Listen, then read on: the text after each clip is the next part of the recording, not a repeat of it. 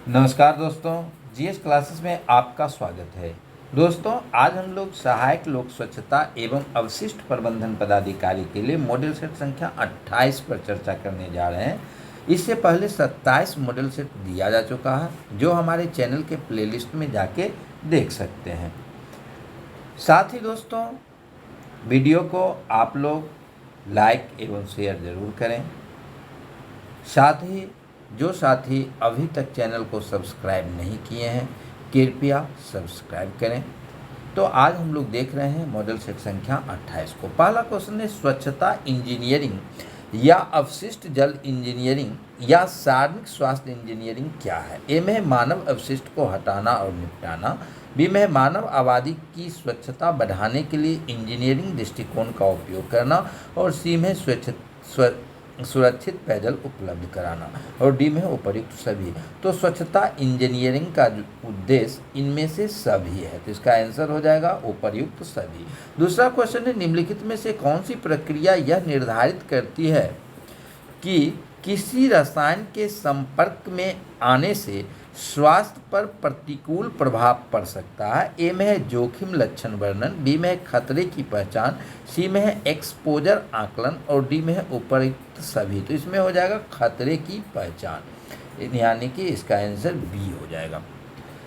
अब तीसरा है, निम्नलिखित में से कौन द्वितीय प्रदूषक है? ए में है धूम कोहरा, बी में है H2O2, सी में है O3, डी में है उपर्युक्त सभी। तो द्वितीय प्रदूषक के अंतर्गत धूम कोहरा, H2O2 और O3 तीनों आएगा, तो इसका आंसर हो जाएगा उपर्युक्त सभी। अब अगला क्वेश्चन है, निम्नलिखित में से कौन प्रथम प्रदूषक है? ए में है सल्फर डाइऑक्साइड, बी में है कार्बन डाइऑक्साइड, सी में है नाइट्रोजन के ऑक्साइड, और डी में है उपर्युक्त सभी। तो इसका भी आंसर उपर्युक्त सभी हो जाएगा, यानी कि ये सभी जो है सो प्रथम प्रदूषक है। अब अगले क्वेश्चन में यह और स्पष्ट होगा। अगला क्वेश्चन है, निम्नलिखित में से कौन सा कथन सत्य है? ए में है प्राथमिक प्रदूषक प्राकृतिक अथवा मानवीय क्रियाकलापों द्वारा सीधे वायुमंडल में निष्कासित होते हैं, बी में है द्वितीय प्रदूषक प्राथमिक प्रदूषकों तथा सामान्य वायुमंडलीय यौगिकों के बीच रासायनिक अभिक्रियाओं के फलस्वरूप उत्पन्न होते हैं, और सी में है कार्बन मोनोऑक्साइड प्रथम प्रदूषक के उदाहरण, डी है उपर्युक्त सभी। तो प्राथमिक प्रदूषक प्राकृतिक प्रदूषक अथवा मानवीय क्रियाकलापों द्वारा जो सीधे उत्पन्न होता है उसको कहते हैं प्राथमिक प्रदूषक। द्वितीय प्रदूषक है प्राथमिक प्रदूषकों तथा समान वायुमंडलीय यौगिकों के बीच रासायनिक अभिक्रिया के फलस्वरूप उत्पन्न होते हैं। कार्बन मोनोऑक्साइड जो है सो प्रथम प्रदूषक है, तो इसका आंसर हो जाएगा उपर्युक्त सभी। अगला क्वेश्चन है, निम्न में से कौन सामान्य संकेतक जीव अवशिष्ट जल के मूल्यांकन में उपयोग किया जाता है? ए में है फेकल कोलिफॉर्म, बी में है शैवाल, सी में है कुल कोलिफॉर्म, और डी में है इनमें से कोई नहीं। तो इसका आंसर हो जाएगा फेकल कोलिफॉर्म। अब हम लोग अगले क्वेश्चन को देखते हैं। अगला क्वेश्चन है,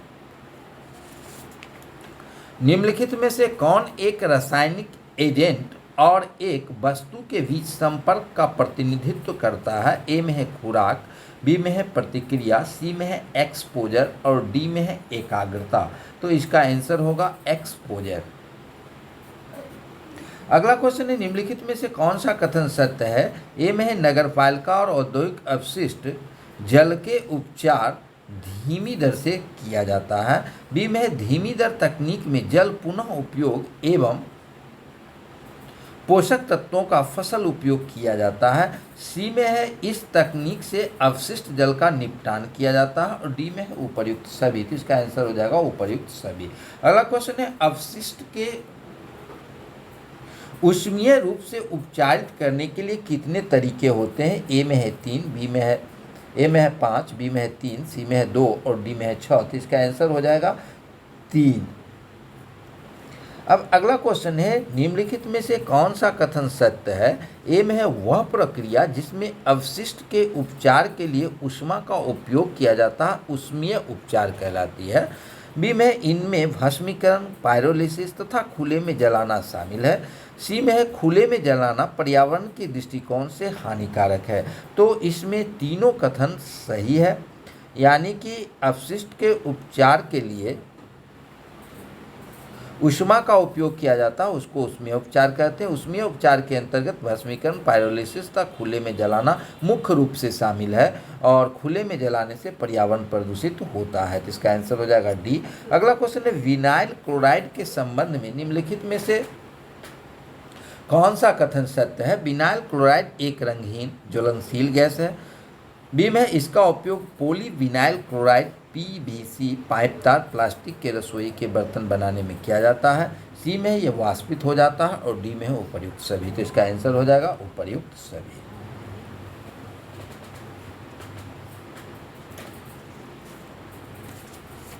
अब अगला क्वेश्चन है नगर निगम के अपशिष्ट जल में फास्फोरस की मात्रा कितनी होती है? ए में है 5 से 20 mg प्रति लीटर, बी में है 4 से 12 mg प्रति लीटर, सी में है 2 से 8 mg प्रति लीटर और डी में है 1 से 2 mg प्रति लीटर। तो नगर निगम के अपशिष्ट जल में फास्फोरस की मात्रा 5 से 20 mg प्रति लीटर होता है। 12 का हो जाएगा आपका ए।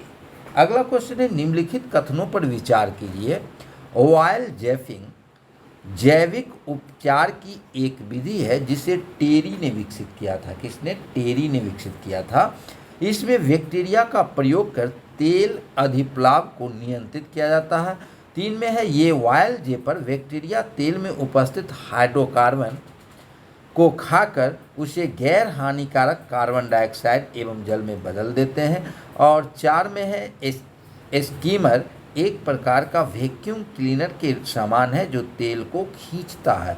अब उपरोक्त में से कौन सा कथन सही है? ए में है केवल 1, बी में है केवल 2, सी में है 2, 1, 2, 3 और 4, डी में है कोई नहीं। तो इसमें चारों विकल्प सही है, इसलिए 1, 2, 3 और 4 चारों आंसर हो जाएगा 1, 2, 3 और 4। अब अगला क्वेश्चन है किसी व्यक्ति पर विषाक्त जोखिम की गंभीरता पर निर्भर करती है। ए में है आयु और स्वास्थ्य, बी में है आनुवांशिकी, सी में है संवेदनशीलता और खुराक और डी में है आहार। तो इसका आंसर हो जाएगा संवेदनशीलता और खुराक। 14 का सी हो जाएगा। अगला क्वेश्चन है निम्नलिखित कथनों पर विचार कीजिए। प्रदूषित पदार्थों की अधिकता के कारण जल में घुली हुई ऑक्सीजन की मात्रा घट जाती है। बी में है डीओ की मात्रा लवणता बढ़ाने पर घटती है। सी में है डीओ की मात्रा दाब को बढ़ाने पर बढ़ती है। तो निम्नलिखित में से कौन सा कथन सत्य है? तो इसमें अगर देखेंगे तो 1, 2 और 3 तीनों कथन सही है, इसलिए 15 का उत्तर हो जाएगा डी। 1, 2, 3 तीनों सही है। अब अगला क्वेश्चन है अस्पतालों में सबसे कम अपशिष्ट जल प्रवाह क्या है? ए में है 40 LPCD, बी में है 900 LPCD, सी में है 700 LPCD और डी में है 50 LPCD। तो अस्पतालों में सबसे कम अपशिष्ट जल प्रवाह जो है सो 700 LPCD है। तो इसका आंसर हो जाएगा 16 का सी। 17 है अपशिष्ट जल में निम्नलिखित में से किस प्रकार के नाइट्रोजन मौजूद होते हैं? ए में है कार्बनिक नाइट्रोजन, बी में है अमोनिया नाइट्रोजन, सी में है नाइट्रेट नाइट्रोजन और डी में है उपर्युक्त सभी। तो अपशिष्ट जल में ये सभी प्रकार के नाइट्रोजन उपस्थित होते हैं। तो इसका आंसर हो जाएगा डी। अगला क्वेश्चन है उपचार के एक निर्दिष्ट स्तर को प्राप्त करने के लिए भूमि की सतह पर अपशिष्ट जल का नियंत्रित अनुप्रयोग निम्नलिखित में से कौन सा है? तो इसको कहते हैं भूमि उपचार।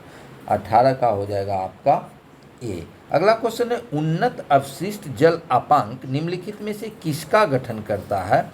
रासायनिक और जैविक ठोस। तो यही सही है, इसका आंसर भी हो जाएगा रासायनिक और जैविक ठोस। अगला क्वेश्चन है खाद बनाने कि किस विधि में अवायवीय कचरे का अपघटन होता है? ए में है बेंगलोर विधि, बी में है अवसाद विधि, सी में है खाई विधि और डी में है इनमें से कोई नहीं। तो खाद बनाने की में अवायवीय कचरे का उपयोग किया जाता है, अवायवीय कचरे का अपघटन होता है, तो इसमें बेंगलोर विधि हो जाएगा।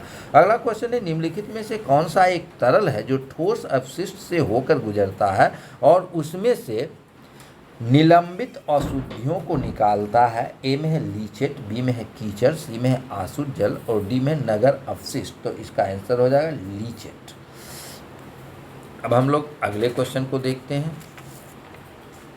अगला क्वेश्चन है, भारत में पर्यावरणीय प्रभाव आकलन में दिखाई देने वाली प्रमुख कमी या कमियां हैं। ए में है विशेषज्ञ समिति की संरचना में कमी, बी में है अनेक परियोजनाओं का जन सुनवाई प्रक्रिया से बाहर रखा जाना, सी में है रिपोर्ट की गुणवत्ता और डी में है उपरोक्त सभी। तो इसका आंसर हो जाएगा उपरोक्त सभी।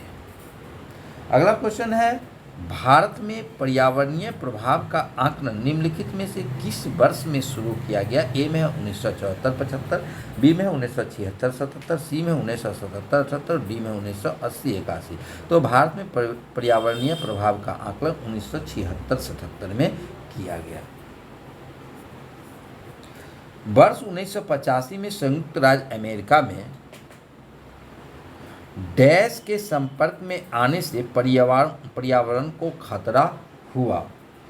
ए है मिथाइल आइसोसाइनेट, बी में है पेंट में शीशा, सी में है कार्बामेट कीटनाशक और डी में है इनमें से कोई नहीं। तो इसका आंसर हो जाएगा सी, कार्बामेट कीटनाशक। अब अगला क्वेश्चन है, निम्नलिखित में से किस अपशिष्ट जल में सीवेज नहीं होता है। ए में है सीवरेज, बी में है ग्रे पानी, सी में है सूलेज और डी में है इनमें से कोई नहीं। तो इसका आंसर हो जाएगा सूलेज। तो ये आज का महत्वपूर्ण क्वेश्चन था जो आपके परीक्षा में पूछा जा सकता है।